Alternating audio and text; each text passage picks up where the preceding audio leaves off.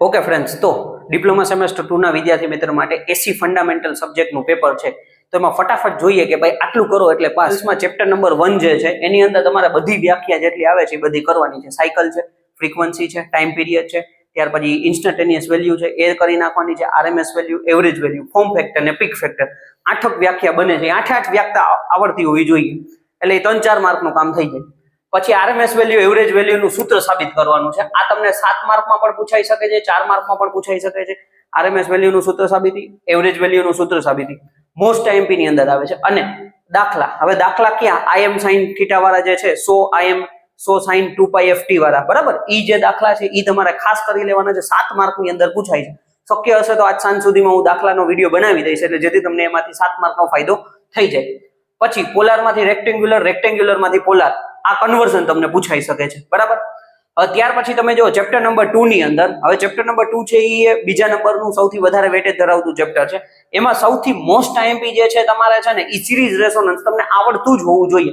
Series resonance નો મેં video બનાવેલો છે, ડિસ્ક્રિપ્શનમાં લિંક આપેલી છે, ત્યાંથી તમે જોઈ શકો છો. ત્યાર પછી એના સિરીઝ રેઝોનન્સ ના દાખલા, આ તમને સિરીઝ રેઝોનન્સ 7 માર્કમાં પૂછાય છે, દાખલો 4 માર્કમાં તમને પૂછાય છે. પાવર ફેક્ટર નું બધા જ કોન્સેપ્ટ તમારે તૈયાર કરી લેવાના છે. પાવર ફેક્ટર ના ફાયદા, પાવર ફેક્ટર, ઓછા પાવર ફેક્ટર ના ગેરફાયદા, ત્યાર પછી પાવર ફેક્ટર ઇમ્પ્રુવમેન્ટ કરવાની મેથડ, અને સ્ટેટિક કેપેસિટર, સિંક્રોનસ કન્ડેન્સર ની કમ્પેરિઝન મોસ્ટ આઈએમપી છે, બરાબર. પાવર ફેક્ટર આખું તૈયાર કરી લેશો ને તો 7 થી 11 માર્ક તમને અપાવી શકે છે. એના પછી સિરીઝ આરએલ સર્કિટ અને આરસી સર્કિટ, આમાં બેમાંથી કોઈ પણ એક તમને પૂછાઈ શકે છે. એના દાખલા પણ આવી શકે છે. પ્યોર રેઝિસ્ટિવ સર્કિટ પણ તમને પૂછાઈ શકે છે, બરાબર. બીજું છે પણ મેં અહીંયા વધારે મોસ્ટ આઈએમપી તમને કીધેલું છે. પછી સિરીઝ રેઝોનન્સ, એના દાખલા અને પાવર ફેક્ટર તો ખાસ આવડતું જ હોવું જોઈએ. એટલે આ બે ચેપ્ટર ની વાત કરી. ત્યાર પછી આપણે ચેપ્ટર નંબર 3 ની અંદર આવીએ. હવે આની અંદર બહુ મિનિમમ તમારે તૈયાર કરવાનું છે. એડમિટન્સ, સસેપ્ટન્સ અને કન્ડક્ટન્સ ની વ્યાખ્યા, એટલે 3 માર્ક તમારા થઈ ગયા. પેરેલલ રેઝોનન્સ મોસ્ટ આઈએમપી 7 માર્કમાં તમને પૂછાય જ છે, બરાબર. ત્યાર પછી કમ્પેરિઝન, સિરીઝ અને પેરેલલ રેઝોનન્સ ની કમ્પેરિઝન 4 અથવા 7 માર્ક ની અંદર મોસ્ટ આઈએમપી છે. દાખલા કરવાના છે, બરાબર. શક્ય હશે તો દાખલાનો વિડીયો પણ હું બનાવી દઈશ. ત્યાર પછી ચેપ્ટર નંબર 4 ની અંદર સમ ઓફ 3 ફેઝ વોલ્ટેજ, ત્રણેય ફેઝ વોલ્ટેજ નો સરવાળો શૂન્ય થાય છે એ સાબિત કરો. 7 માર્ક અથવા 4 માર્ક ની અંદર પૂછાય છે.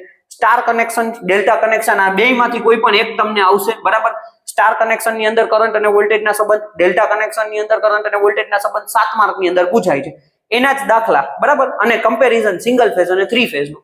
આટલું જો તમે વ્યવસ્થિત રીતે કરી લેશો તો તમને આરામથી પાસ થઈ જશો. દાખલાના વિડીયો સાંજ સુધીમાં આવી જશે. એ ઉપરાંત બીજા જે જૂના વિડીયો છે એ ડિસ્ક્રિપ્શનમાં લિંક આપેલી છે, ત્યાંથી તમે જોઈ લેજો, બરાબર. હું સાઈડમાં જાઉં છું, વ્યવસ્થિત રીતે તમે સ્ક્રીનશોટ લઈ લેજો.